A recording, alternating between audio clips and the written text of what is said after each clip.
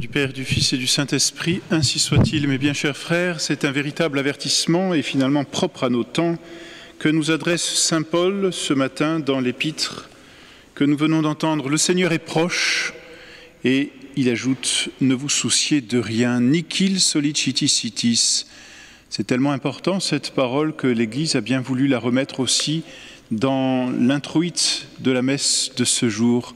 Ne vous inquiétez de rien. Nous vivons des temps qui sont extrêmement troubles et même troublés, qui plus est troublants aussi pour chacun d'entre nous. Nous nous demandons ce qui arrivera, ce que nous deviendrons, ce que sera l'Église, ce que deviendront nos pays, ce que deviendra la religion catholique. Et nous pouvons, et nous avons peut-être bien des motifs d'être inquiets. Et pourtant saint Paul nous le dit, « Nihil solliciti sitis ». Ne vous inquiétez de rien. Finalement, ne vous mettez en peine de rien. Pourquoi nous inquiétons-nous? Qu'est-ce qui suscite en nous l'inquiétude? D'un point de vue naturel, il y a deux raisons d'être inquiet. La première raison se trouve du côté de notre intelligence et la seconde se trouve du côté de notre volonté. L'inquiétude ou la crainte, parce que souvent ces deux termes sont liés, l'inquiétude du côté de notre intelligence vient tout simplement de notre ignorance. Nous ne savons pas de quoi est fait l'avenir. Nous vivons en permanence dans l'incertitude. Nous ne savons pas ce que sera demain. Nous savons que le soleil a priori se lèvera, comme tous les matins, mais nous ne savons pas ce que nous réservent les événements de demain.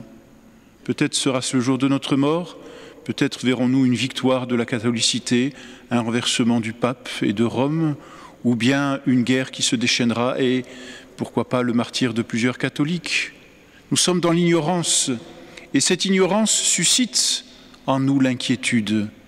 Parce que nous ne savons pas, c'est un peu comme si nous devions poser le pied quelque part sans savoir sur quel sol nous le posons. Et le bon Dieu nous demande de vivre sans connaissance du futur, sans connaissance de ce qui arrivera. Mais saint Paul nous dit « Ne soyez inquiets de rien ». La première raison, donc, vous voyez, du côté de notre intelligence, c'est cette incertitude. Du côté de notre volonté, il y a aussi une raison d'être inquiet, une raison de craindre, et qui est d'autant plus grande, je dirais, que l'on vit plus sans Dieu. Cette inquiétude, elle vient simplement de notre faiblesse, tout d'abord. Serons-nous capables d'accomplir tel ou tel acte? Serons-nous capables d'être fidèles à notre devoir d'État? Serons-nous capables de vivre la tâche qui nous est assignée le lendemain? Aurons-nous la force de pouvoir accomplir telle œuvre? Nous connaissons notre faiblesse, nous voyons l'œuvre de notre concupiscence en nous, nous voyons aussi finalement l'incapacité dans laquelle nous sommes de pouvoir faire de grandes choses. Nous savons que nous ne maîtrisons pas non plus les événements et parfois les choses que nous faisons finalement nous échappent.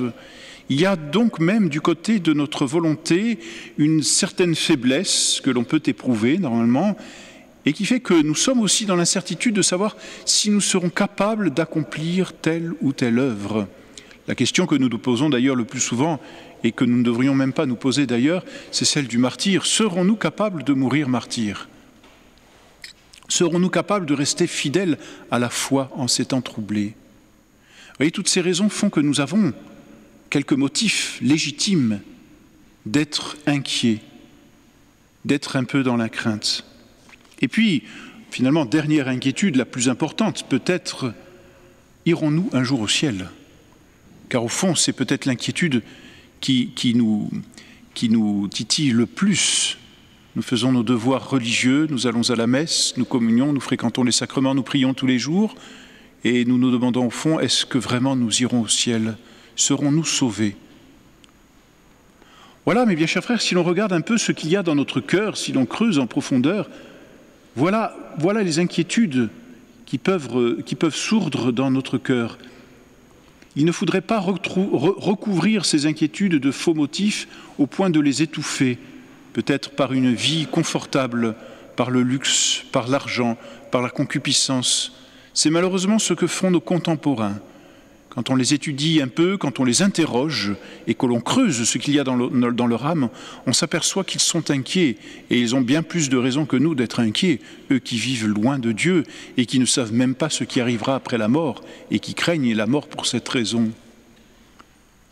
Saint Paul nous le dit, ne soyez pas inquiets, le Seigneur est proche. Et pour remède à l'inquiétude, il nous donne la prière. Le remède que saint Paul donne à toutes ces inquiétudes, c'est la prière. Saint Paul comprend que nous sommes inquiets, que nous avons des raisons d'être inquiets. Mais saint Paul nous dit, bannissez cette inquiétude, non pas en l'étouffant, mais en priant. Et il ajoute 3 sortes de prières dans l'évangile, dans l'épître que nous avons entendu. La prière, dit-il, la supplication et l'action de grâce. La prière d'abord d'adoration. La première façon de vaincre notre inquiétude, c'est d'adorer Dieu, c'est-à-dire de nous prosterner devant Dieu. Pourquoi ? Pourquoi cette prière va vaincre notre inquiétude ? On adore Dieu parce qu'il est Dieu. On adore Dieu parce qu'il est le Tout-Puissant. On adore Dieu parce qu'il est le Maître et notre Maître. Sachant que Dieu est notre Maître, alors nous n'avons qu'à nous remettre dans ses mains. Voyez ? Et sachant qu'il est le maître de tout et de tous les événements, alors nous n'avons pas d'inquiétude à nous faire. Dieu maîtrise toutes choses. Et le catholique qui se met dans les mains de Dieu, c'est bien qu'en se remettant à Dieu, il n'a plus à se soucier de l'avenir, Dieu s'en soucie. Raison plus profonde encore, c'est qu'en adorant Dieu, le catholique adore un Père. Dieu est le Père de tous ceux qui sont en état de grâce. A-t-on déjà vu un père ne pas se soucier de ses enfants ? A-t-on déjà vu, dit Dieu dans l'Ancien Testament, une mère oublier ses enfants ? Quand bien même toutes les mères oublieraient leurs enfants, moi, dit Dieu, je ne vous oublierai pas. Alors l'adoration, la véritable adoration, ce cœur qui se prosterne devant Dieu, suscite en nous une grande confiance, une grande foi dans la toute-puissance et dans la paternité de Dieu vis-à-vis des âmes qui sont en état de grâce. Première façon donc de bannir pour nous cette crainte, cette inquiétude du lendemain, c'est la prière, l'adoration. Relisons peut-être cette prière de Madame Élisabeth, « Que m'arrivera-t-il aujourd'hui, mon Dieu ?» Belle prière du matin, par laquelle Madame Élisabeth, manifestant son ignorance des choses et en même temps une certaine crainte, n'est-ce pas, puisque son frère, le roi Louis XVI, passera sur l'échafaud, eh bien, manifestant aussi une certaine inquiétude, une certaine crainte, elle se remet dans les mains de Dieu. Elle abandonne toute sa journée à Dieu, elle s'abandonne entièrement à Dieu. Et alors, comme le dit saint Paul, dans l'épître d'ailleurs que nous avons entendu, elle vit dans la paix. Et la paix de Dieu qui dépasse tout ce qu'on peut concevoir gardera vos cœurs. Première prière donc qui vient s'opposer, si vous voulez, à cette inquiétude, c'est l'adoration, une vraie adoration, mes bien chers frères. Deuxième prière, la supplication. Supplier Dieu. Supplier Dieu, c'est lui demander les biens qui nous sont nécessaires. Non pas les biens matériels, ces biens matériels ne peuvent rien pour notre éternité, mais les biens spirituels. Supplions Dieu, mes bien chers frères, de nous donner sa grâce, de nous donner ses vertus, de nous guider par ses dons. Supplions-le. Demandons-lui avec insistance, c'est ça que veut dire la supplication. Ce n'est pas une simple demande. N'est-ce pas, quand on demande quelque chose, on imagine bien une personne poser une question, mais quand on parle de supplier, même en français, on imagine plus qu'une simple demande. Une supplication, c'est une demande qui est répétée et même parfois à laquelle participe le corps. On imagine bien une personne se mettre à genoux pour supplier son supérieur. Alors la supplication doit être insistante. Souvent, nous demandons et nous vaquons aussitôt à d'autres choses. Non, pour nous, notre supplication doit être constante, persévérante, insistante, récriminante, on pourrait même dire. Il nous faut demander de tout notre cœur, et le bon Dieu donnera. Regardez tout l'Ancien Testament. Il est une supplication vers le Messie qui a été promis et qui viendra. Mais regardez comment tous ces saints de l'Ancien Testament qui ont supplié Dieu ont été exaucés. Et alors, ils n'ont pas eu à s'inquiéter. Pensez à Abraham. Abraham qui n'avait pas d'enfant. Et Dieu lui avait promis une grande descendance. Et Dieu lui avait promis que le Messie naîtrait de sa chair. Abraham approche de la centaine d'années et il n'a toujours pas d'enfant. Eh bien, il ne reste pas inquiet. Il se confie dans la prière. Regardez Moïse, qui doit conduire ce peuple à la nuque raide. Moïse, qui voit sans cesse ce peuple se pervertir, prévariquer, et Dieu qui dit sans cesse à Moïse « Je vais détruire ce peuple, je n'en peux plus ». Et Moïse supplie Dieu de ne pas le détruire, non pas parce que c'est le peuple élu, mais parce que Dieu l'a promis, et que Dieu doit être fidèle à ses promesses. Et Dieu exauce la supplication de Moïse. Et relisez tout l'Ancien Testament en regardant comment ces saints ont prié avec supplication, avec ferveur, avec insistance Dieu, comment ils ont été exaucés. Abraham a vu mon jour, dit notre Seigneur aux Juifs, et il s'en est réjoui. Et les Juifs sont scandalisés, mais la prière d'Abraham a été exaucée. Supplication, mes bien chers frères, en ce temps de l'Avent, supplication que nous pouvons faire tout simplement par le sacrifice, si nous ne savons pas comment demander. Le sacrifice est très puissant pour nous obtenir toute grâce. Et enfin, dernière sorte de prière, mes bien chers frères, c'est l'action de grâce. Sachons remercier. Sachons remercier même aujourd'hui, sachons remercier dans les temps difficiles, sachons remercier dans les contrariétés, sachons remercier dans les manques et les sacrifices ou la pénurie. Sachons me remercier. Remercier de quoi?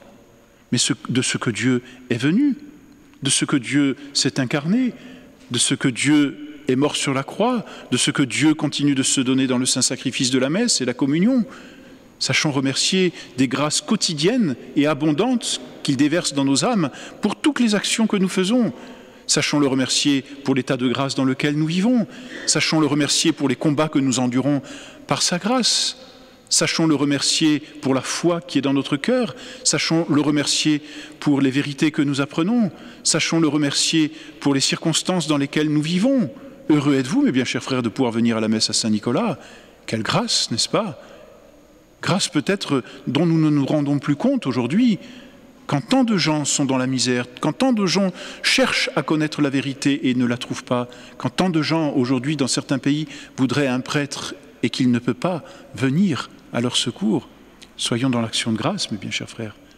Nous savons que remercier nous attire de nouvelles grâces.